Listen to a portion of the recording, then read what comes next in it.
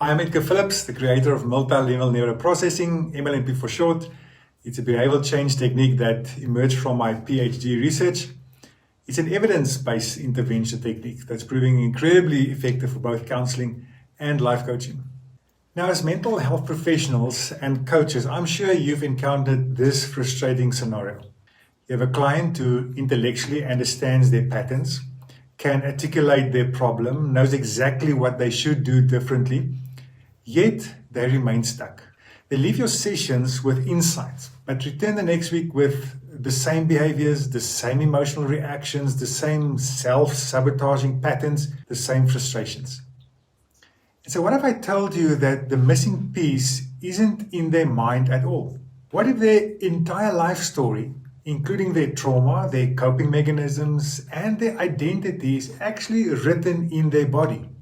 Today I'm diving into the incredible world of body memory and why understanding it completely changes how we approach therapeutic intervention and even life coaching. Think about this. Have you ever had a client who can't explain why they freeze up in certain situations?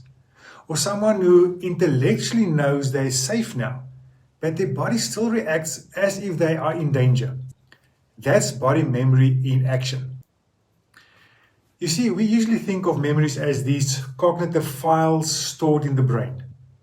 But what if your client's entire life stories, their emotional responses, their relationship patterns, their core identity are actually encoded in the way they stand, move, breathe, and react?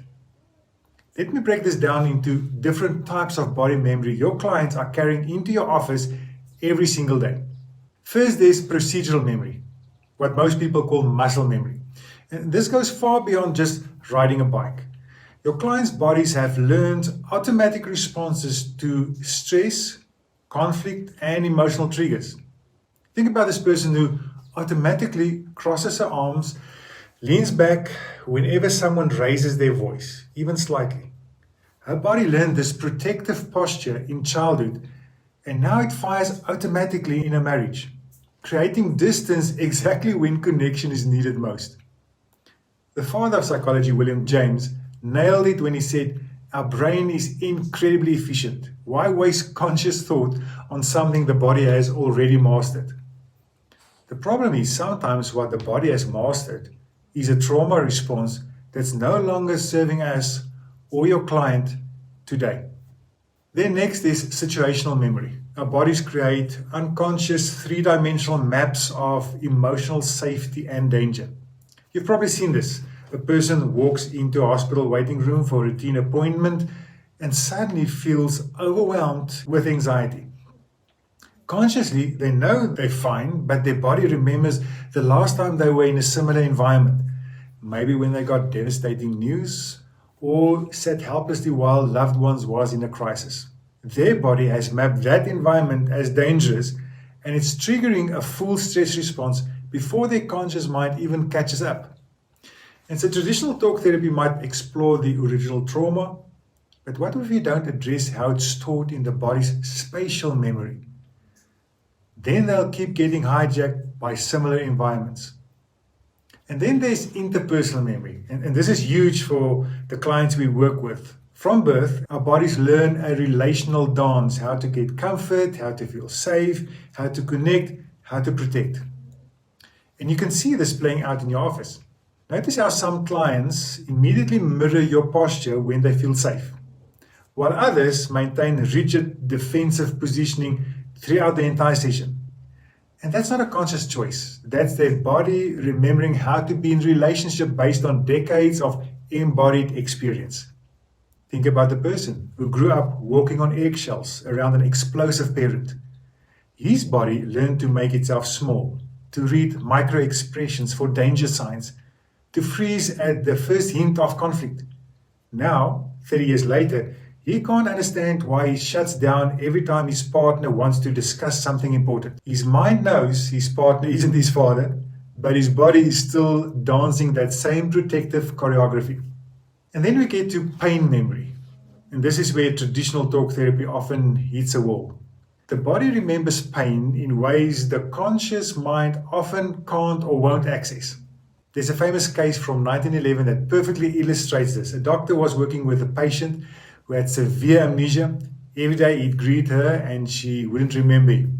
And so one day he hid a pin in his palm and pricked her when they shook hands.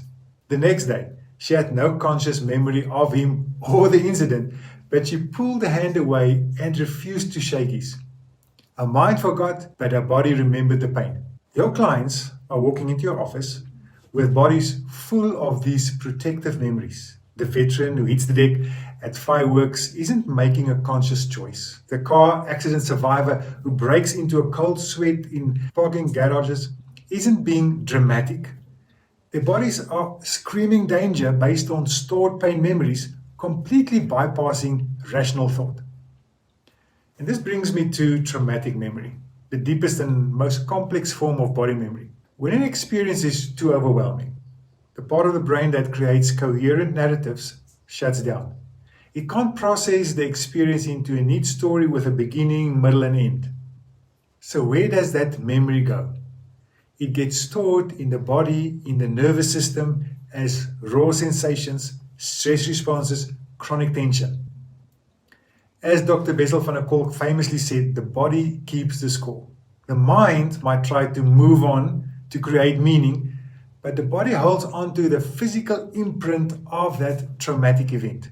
And this is why you can have clients who've done years of traditional therapy, who can tell you exactly what happened and why it affected them, but they're still triggered by seemingly random things, a certain smell, a tone of voice, even a particular time of day. And so here's what we're up against as professionals.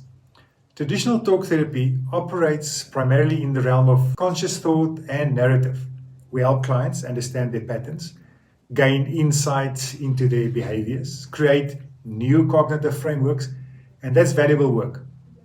But if trauma and behavioral patterns are stored in the body, in the nervous system, and the body is operating on automatic responses that bypass conscious thought entirely, then insight alone often isn't enough to create lasting change. I mean, you've seen this, haven't you? The client who has breakthrough after breakthrough after breakthrough in sessions, but keeps repeating the same patterns in their daily life. They understand their trauma intellectually. They can articulate their triggers. They know what they should do differently, but their body is still running the old programming. That's because we're trying to solve a body problem with a mind solution. And so when you put all these layers together, the procedural responses, the environmental triggers, the relational patterns, the pain memories, the trauma responses, what do you get? You get the most complex form of body memory, identity memory. And so this is the grand synthesis of everything we've been talking about. Your client's sense of who they are isn't just a mental concept. It's physically embodied in how they carry themselves, how they breathe, how they take up space in the world. Look at how this plays out in your practice. You have clients, let's call her Jennifer, who grew up getting praise by being helpful and accommodating. Her body learned that being seen meant being needed. So she embodies that people-pleasing identity, forward-leaning posture, quick nodding, an almost apologetic way of entering a room. Even when she intellectually knows she needs boundaries, her body is still performing the identity that kept her safe as a child. And then there's, let's call him David, who grew up in a chaotic, unpredictable household. His body learned that visibility meant vulnerability. So he embodies invisibility, hunched shoulders, minimal eye contact, a way of moving through space like he's trying not to disturb the air around him. Now, you can work with David for months on self-confidence techniques, but until his body learns a new way of being, he'll keep defaulting to that embodied identity of small and safe.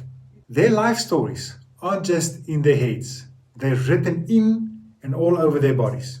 And here's the crucial part. That embodied identity is actively reinforcing their mental and emotional patterns every single moment.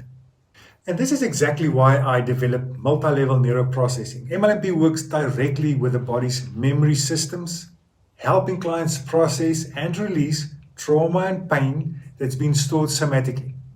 So instead of just talking about the trauma. We help the body complete the interrupted responses, discharge the stored activation, and literally rewire those automatic patterns. We're not just giving clients insight, we're helping their bodies learn new ways of being. And here's what's remarkable. When we successfully process these body-stored memories through MLMP, we don't just see symptom relief. We see complete identity shifts. Clients who came in with victim mentality, you can literally see it in their posture, hear it in their voice. They transform before your eyes. Once their pain and traumatic memories have been processed somatically, they don't just think differently about themselves. They embody confidence differently. They take up space differently. They breathe differently. And it's not that they're pretending to be more confident or practicing new behaviors. They genuinely feel like different people, no longer inhibited by the impact of their past on their present day lives. The change isn't just psychological, it's physiological, neurological, and completely embodied. Think about the implications for your practice. What if instead of spending months helping clients understand why they react certain ways, you could help their bodies release those reactions entirely? What if instead of teaching coping strategies for triggers, you could help eliminate the triggers at their somatic source? Your clients' bodies are living, breathing archives of their entire life experience. Every gesture, every posture, every automatic response is telling their story. But here's the empowering truth. If the body can learn and store these patterns, it can also unlearn and release them. MLMP gives you the tools to work directly with this embodied story, helping your clients literally rewrite their identity from the inside out. So if you're interested in learning how to integrate MLMP into your practice, how to work directly with your client's body memory to create the kind of profound, lasting transformation that goes beyond traditional talk therapy, I invite you to join the waiting list for our next MLMP training workshop.